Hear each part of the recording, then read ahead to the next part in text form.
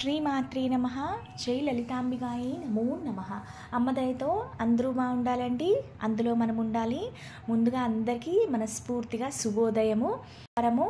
అమ్మ రోజు కాబట్టి అమ్మకి తప్పకుండా దీపారాధన చేసుకుని చక్కగా ధూపము, దీపము, నైవేద్యము, మంగళహారతి, మంత్రపుష్పము, దీన్నే పంచోపచార పూజ అంటారు. అంటే 5 ఉపచారాలు, 5 స్టెప్స్ ఉంటాయండి. 5 స్టెప్స్ ఉంటాయి ఈ పూజలో.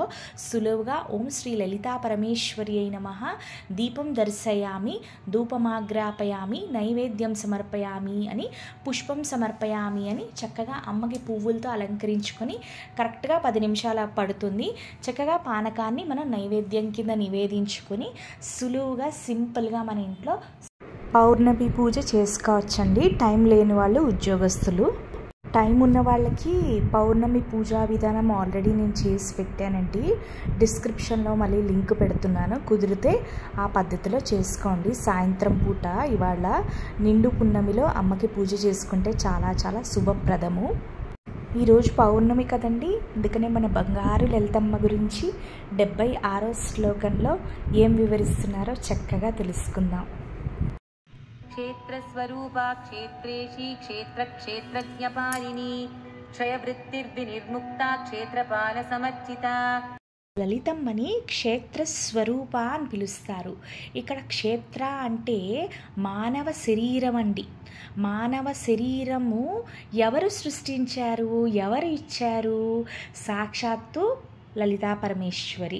అంటే అమ్మవారు మానవ శరీర రూపము అని ఇక్కడ సంకేతిస్తుంది. ఈ క్షేత్రము అనే మానవ శరీరంలో చిన్న జ్ఞానజ్యోతి ఉంటుంది. అదే మన ఆత్మ.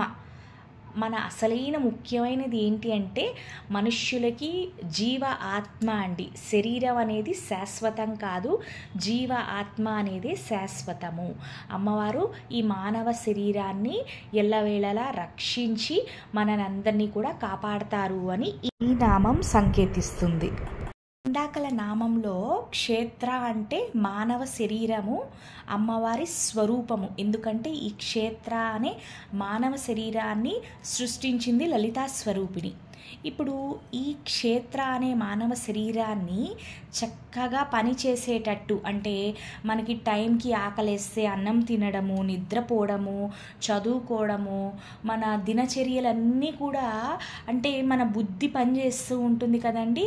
అవన్నీ కూడా ఎలా జరుగుతున్నాయి అంటే దైవ స్వరూపము ఈ క్షేత్రాన్ని సృష్టించి అది కరెక్ట్గా పనిచేసేటట్టు అమ్మవారు చూసుకుంటారు. లలితమ్మ వారు క్షేత్ర అనే మానవ శరీరాన్ని ఒక్కటినే చూసుకోవడం కాదండి, దాని లోపల జీవాత్మ ఉంటుంది.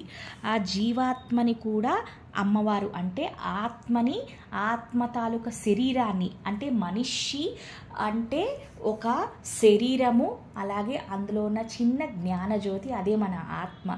ఈ రెండింటినీ కూడా చూసుకుంటారనమాట.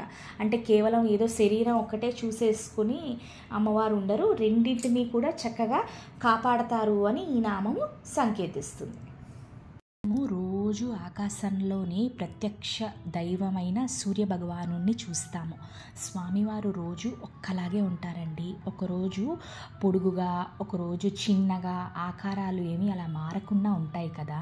ఆయన కొలత ఎప్పుడూ కూడా ఒకలాగే ఉంటుంది.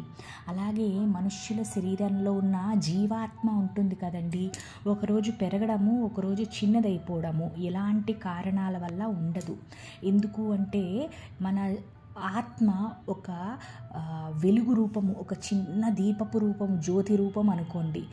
ఎవ్వరు ఎలా మనని బాధ పెడదామని ప్రయత్నించినా మనము కానీ దృఢంగా ఉంటే ఆ ఆత్మని ఎవ్వరు ముట్టుకోలేరు.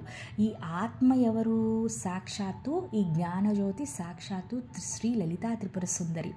అమ్మవారి శక్తిని ఎవ్వరూ పెద్దగా చేయలేరు, అలానే చిన్నగా చేయలేరు.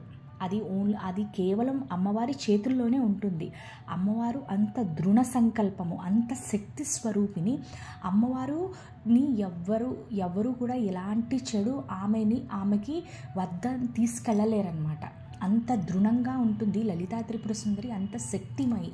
ఎవరి వల్లనో అమ్మవారు చిన్నగా అయిపోవడము లేదంటే పెద్దగా అయిపోవడము ఉండదండి.